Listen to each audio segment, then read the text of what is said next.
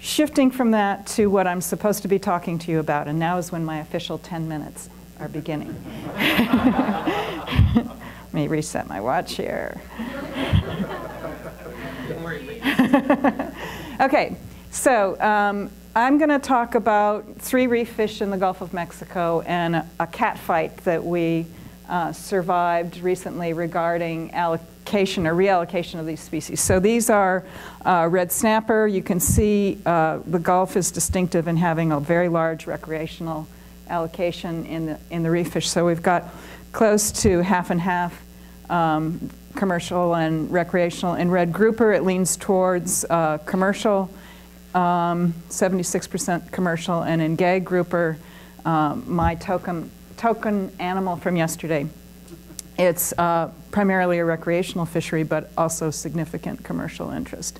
So in the cat fight that I'm going to talk about, there was a push to reallocate that was initiated by the recreational interest groups. We had to reduce the overall TAC to end overfishing.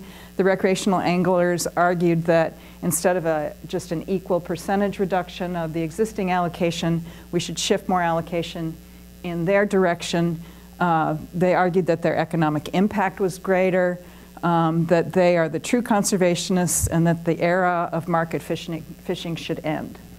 The commercial fishermen opposed shifts in allocation. They were satisfied generally with the current allocation, and their focus was more on let's get some ITQ, better management systems in place for these fisheries. And they had a strong concern that because of the historic record of excessive recreational harvest beyond their allocation, that would continue and it would undermine rebuilding whether we did any shifts or not, and particularly if we did shifts towards recreation, that would increase this problem. And then just kind of around the edges of the council decision, we had state commissions in Florida and Texas that are strongly hinting that they favor more allocation to recreational sectors. Everybody was a little bit intrigued by market mechanisms to set allocation, kind of get the council out of the middle, let the market decide. And the recreational sector was saying they were going to vociferously oppose any commercial IFQ implementation until we did reallocation had to come first. And the for-hire began to feel like maybe we don't want to be associated with this unmanageable private angler open access part of the recreational fishery. Maybe we want our own subdivision of the recreational allocation just for the for-hire and charter. So these were kind of all swirling around this particular shallow water grouper allocation decision, which was in our reef fish 30B. For the first time, we were really kind of seriously linking allocation to accountability. The current shallow water grouper allocations had been set in 1990 based on just 2 years of historic landings.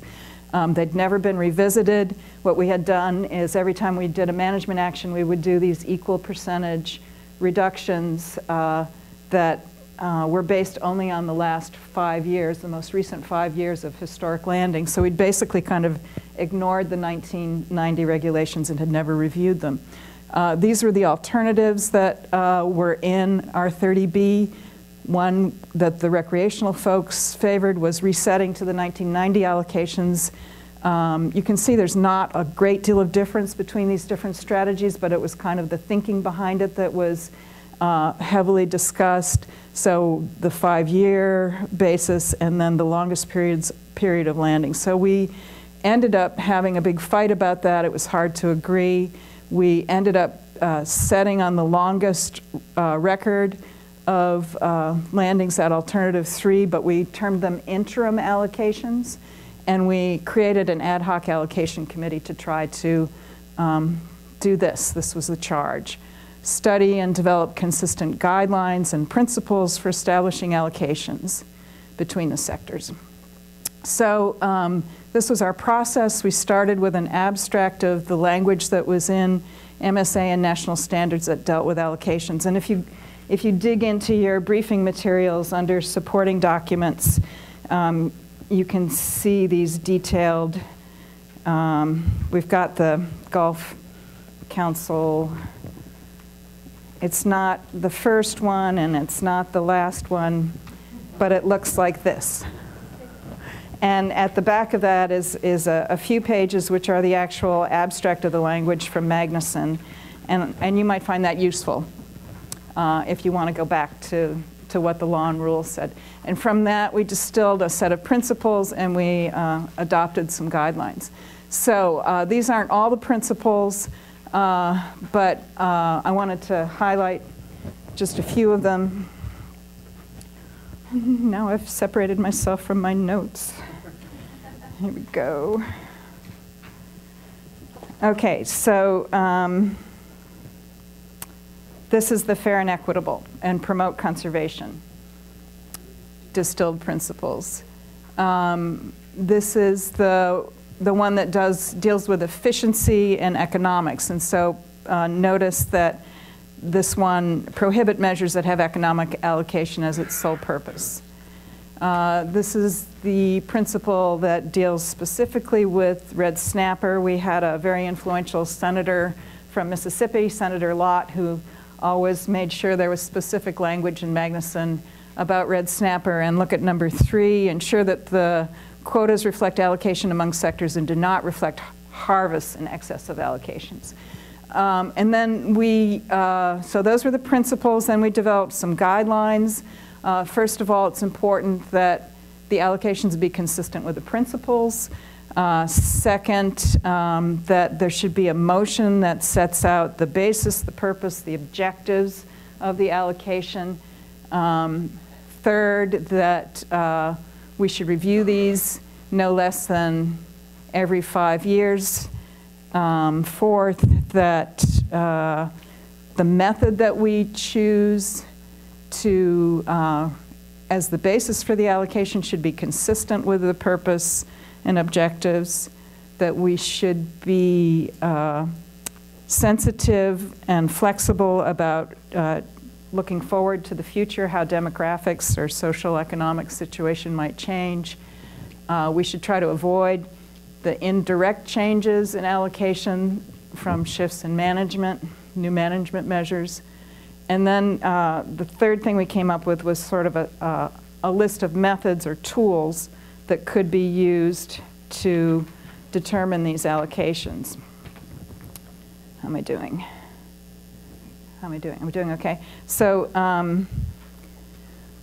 market approaches, auctions, we talked about a bit yesterday. There is interest in cross-sector quota purchases now that we have quota on the commercial side, but we recognize that there has to be some accountability measures, some kind of catch shares, fish tags, something on the recreational side if we're going to be shifting allocation in that direction. And we've talked about only having auctions or market measures when we're able to increase the TAC, not looking at the basic TAC that's already there, but that if things actually do rebuild and we can increase harvest levels, that new margin of new quota on top would be market.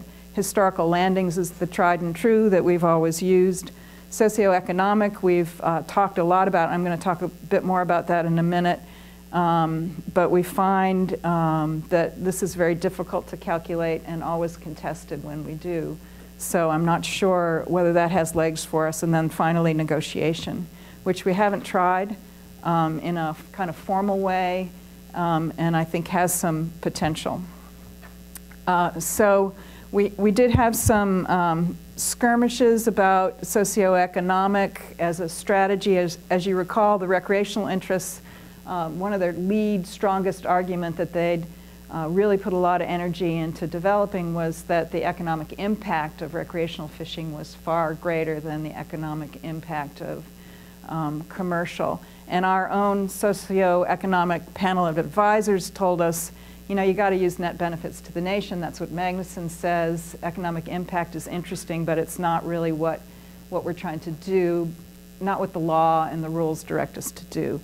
Anyway, we asked the Science Center to develop a study of net benefits and for red grouper, and they said, you know, you got it about right for red grouper based on net benefits analysis. That was hard to swallow for the recreational interests. They continue to argue about economic impact. I'm not going to go over this. There's plenty of economists in the group today, and they can answer any questions you might have about what is net benefits to the nation and why is that the right way to go. So I'm going to skip over this all very quickly. But anyway, the Science Center study said we got it about right. There's a technical memorandum that if you want to really dig into it, you can find. And then CCA, the primary recreational interest group, commissioned Brad Genter, who's a well-regarded economist, to do a net benefits study that they commissioned, and he concluded that 100% of the groupers should be allocated to the recreational sector. We sent that out to review, and the reviewers all concluded that it was flawed and not supported by the analyses. So bottom line, MSA requires us to look for net benefits to the nation, not to maximize regional impacts. But this is still not a settled argument in the Gulf Council and will continue to pop up and continue to be a hot topic, be contested. So now we've got this sector separation initiative emerging. We haven't, as the council, you can hear I'm still saying we. I'm no longer on the council, but I still am very much inside these kinds of arguments and debates. So you can see that this would be a perfect time to say, well, we've got principles, we've got guidelines, we've got methods. Let's work it this way. But nobody's really made an effort to do that yet. So. Again, the private anglers are very much opposed to this idea of separating separate allocations and separate accountability measures within the recreational sector. Management uncertainty has really changed the dynamic of this conversation because now sectors have to be accountable. We need to buffer for management uncertainty. Recreational management has great uncertainty due to data and indirect controls in the Gulf of Mexico, and it's problematic to shift allocation in that direction. So, what do we gain? Where do we fall short? How will it be used in the future? And I'm sure Corky and Tom and Bob will be kind of a truth squad on this whole presentation. But here's what I would have to say about those questions. We were able to complete Refish 30B instead of having an unresolved, can't come to agreement kind of dispute about allocation, because we said we're going to do this committee that comes up with principles. So we made progress when we were stalled. It was a sidestep. It was kind of a timeout. We were able to come to agreement at a higher level about the discussion instead of staying down in the trenches and just slugging each other about it. And so I think we did gain that. Where do we fall short? The allocations in shallow water group are still interim. We haven't finalized them. We gave a number and a name to a Refish amendment that will settle all these allocation issues regarding the principles, but we haven't worked on it at all. What is it? Is it number 28? And we're now on amendment 32 in Refish. So it's kind of, we may get back to it, we may not. So how much did this discussion about principles penetrate our work? How much will we remember the next time we want to fight about allocation? Will we forget we developed these tools, and will we forget that we have a toolbox and ways to go with that? Or will we remember and find the toolbox that's forgotten in the tool shed somewhere and bring it to the fore and use it? And that fight about economics is still lurking around the margins. And I guess that's what I think about how it will be used. It's up to the Gulf Council. I think so I think it was valuable, but it in the short term, in terms of sidestep, timeout, make progress on large agreement, but I'm not sure how much we'll use it in the future. That's it. So what